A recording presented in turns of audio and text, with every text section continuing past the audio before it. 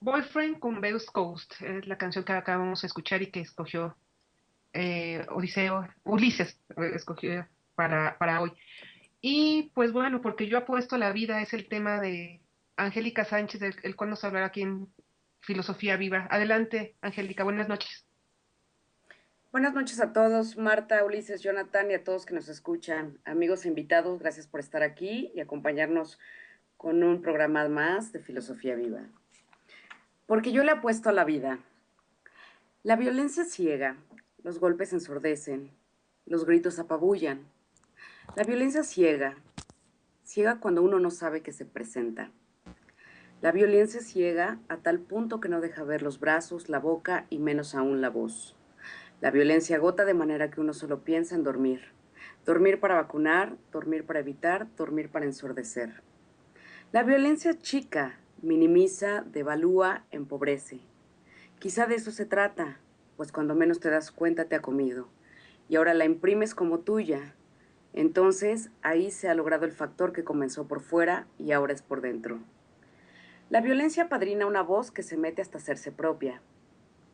La violencia habitúa a saberse violentado. De lo contrario, no hay existencia, pues se ha olvidado eso que se era lejos de ella. La violencia apabulla hasta llegar a vivir con ese ruido aún en el silencio. La violencia calla y acalla. La violencia sustituye la voz, la palabra de quien un día fuera él, ella o nosotros. La violencia teme de sí, tanto que prefiere estar afuera, pues ni ella misma se soporta. La violencia ciega, pues ni ella se sabe violenta. Una de las caras de la existencia es el eros, esa que busca la vida, la creación, la supervivencia. La otra de ellas es el tánatos, esa que jala para sabotear e irrumpir la vida, la destruye, la traiciona, la somete exigiendo la expresión de dolor y sufrimiento. Si la pulsión de muerte nos habita, ¿se han dado cuenta cómo se permea en nosotros y en nuestro lazo social? Pues una cosa es pensarla desde la idea misma y otra es verla de frente. Si la pulsión de muerte tiene rostros de odio, violencia, de guerra, ¿dónde han quedado estas formas? Las expresiones de odio parecen centrarse en una zona que si bien podemos proyectarla en una persona, en un círculo, en quien lo porte, para poderla fuera de uno, lejos de lo propio, y así señalarla desde lejos. La violencia parece feroz, insaciable, propia de ella, pero ahora con una distinción más de sadismo, esa que cae con el anonimato. Las guerras se han llevado a lo individual, la idea de verlas en territorios lejanos y extranjeros ha quedado atrás. Ahora es un frente que nos atraviesa de maneras sutiles y frecuentes. La guerra, lo destructivo se presenta, la regulación puesta en el lenguaje a través de las leyes y derechos parece no ser suficientes. Hay un fallo en las reglas de convivencia, donde la cultura parece no saber cómo lidiar con ellas, pues quizá ignoran su ubicación o la constitución de sí mismas. ¿Y cómo fue que llegamos ahí? ¿Cómo fue que nos creímos que tras regulaciones de esta pulsión la muerte encontraría su lugar? El odio, la violencia y eso que estamos hablando como pulsión de muerte. Valdría bien la pena revisar qué es lo que nos ha callado, qué es eso que nos ha nublado la vista, quién apadrina esa forma de violentarnos, de ir contra la vida. Un modelo económico, una religión, un ideal de vida que termina por caerse. En todo ello, parece que hay algo que se comparte. Estos tres resultan impuestos y lo son. Negarlo sería caer en una renegación que limitaría nuestra visión, pues nos traza y nos define. ¿Pero acaso esa determinación está dada como tal? ¿No es una imposición más para acallar la pregunta de saberla en cuestión? ¿Acaso no una forma de mirarla es reconocerle? Pues ya hablarle implica saberle fuera, tomar distancia de ella. Poder preguntarle para conocerle también nos muestra su lugar, incluso el que también nos es dado, el que nos da. Y si seguimos, quizá luego entonces podamos rebatirle y después de ahí seguir y seguir, porque la queja se convierte en lo mismo, en telaraña, y refutar implica fundamentar y generar. Y así entonces en el camino podemos encontrarnos con la risa y con el llanto de ello, pero al fin, saber reconocer el alcance y las limitaciones que uno tiene con ese otro, y no limitaciones tuyas, mías o de ese otro, sino las propias. Pues yo solo intento nombrarte por tu nombre, escuchar de tu voz ese surgimiento de quien eres y no de quien crees ser. Y para descubrirlo implica una apuesta por la vida que demanda verte y pronunciarte.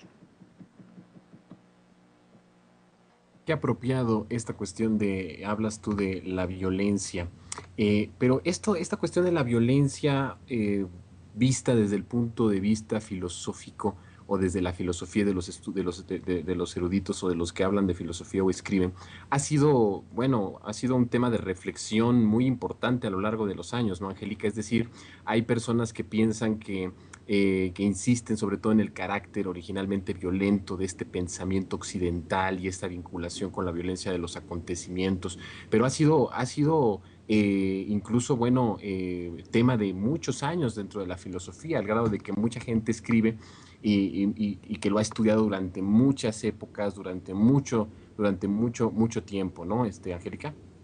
Me parece que es un abordaje, más bien yo quise tomarlo desde una pulsión de muerte, más que como la violencia como en sí misma desde la filosofía. Me parece que hablar de violencia es como un resultado que quise desprender desde la pulsión de muerte. Y que justamente bien lo dices cuando hablamos de una violencia que se ha tomado desde esta visión occidental, desde esta modernidad o posmodernidad para algunos. Definitivamente es desde donde se nos ha empezado a hablar en los últimos años y es que queremos pararnos desde la filosofía. E incluso la pulsión de muerte, bueno, no es como tal filosofía, pero queda claro que siempre he tratado de hacer un abordaje que ha sido una filosofía aterrizada desde el punto de vista psicoanalítico, pero me parece que van entrelazados y por eso intenté dar este lugar, dar este tono de la violencia como en esa pulsión de muerte. Correcto. ¿Hay de alguna forma el origen de esto de la violencia, a tu punto de vista, desde el punto de vista filosófico, de dónde viene? Porque mucha gente lo ha estado estudiando durante mucho tiempo.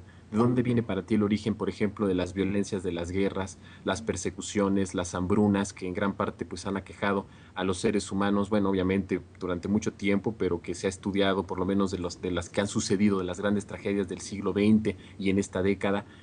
A tu punto de vista, ¿de dónde vienen esas prácticas violentas? Híjole, me parece que dependiendo hasta desde qué autor podría nombrarte desde una genealogía del poder. Hace un momento hablaba Ulises de biopoder, de la misma micropolítica que estábamos hablando hace unos momentos. Creo que tiene que ver hasta con, hay un autor que se llama Gambén, donde se empieza a hablar de una zona que justamente toca esto del anonimato, donde más vale como proyectar hacia afuera que verme por dentro, ¿no? Y bueno, más bien me parecería que es un conjunto de visiones que se han entretejido en el último siglo, es más, desde mediados de los 50 hasta lo actual, donde los italianos están tomando como mucha fuerza en esta visión si no es como violencia, sí como zonas Sí, que están volviéndose a apropiar desde otros puntos de vista que no quisiera nombrar en este momento como es que tal Jonathan y quemarlo. se habla de la omnipresencia de la violencia, ¿no? Que muchos dicen que, por ejemplo, hay violencia en los juegos, hay violencia en las religiones, en el lenguaje, en la vida política, en la vida social. Es decir, hay como que una omnipresencia de esa violencia, ¿no? Una omnipresencia de una violencia. Me parecería que sería difícil poder negarla, o sea, no entiendo muy bien cuando me dices esto de omnipresencia. La trato de entender como a lo mejor es inherente a nosotros que estoy bueno, poniendo como un ingrediente, así como existe la pulsión de vida, pues está como pulsión de muerte, pero no sé desde dónde está, lo mencionas como que es omnipresente. Si me ayudaras un poco, a lo mejor pudiéramos darle un poco de más contexto juntos, Jonathan. Correcto. A ver, creo que Ulises tiene una pregunta. Bueno, Ya no, no. pero con respecto a esto,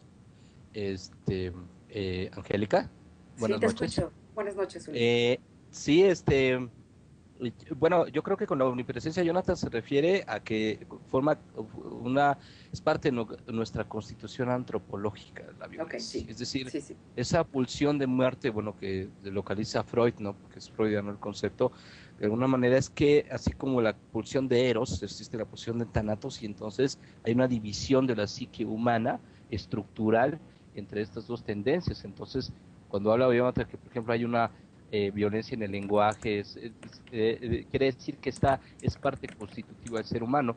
Y pues, ¿qué tema han dialogado ustedes y has tocado, Angélica, sobre todo en estas épocas en que el país, pues desgraciadamente sí vive la violencia como una especie de gran hermano, pero pues ya podemos analizarlo en otras ocasiones, porque bueno, acabas de tocar un punto de vista, un punto de vista central acerca de algo que ya desgraciadamente esa constitución, esa estructuralidad que tiene la destrucción y la agresión en nuestra antropología, en nuestra psique, pues ya se hace cada vez más patente, ¿no, Angélica? Te agradezco mucho que nos hayas ayudado a explorar y a hacer patente desde el punto de vista más profundo, más psicológico, más filosófico este tema. Muchas Sí. gracias. Encantada, Ulises, y nos vemos el siguiente lunes.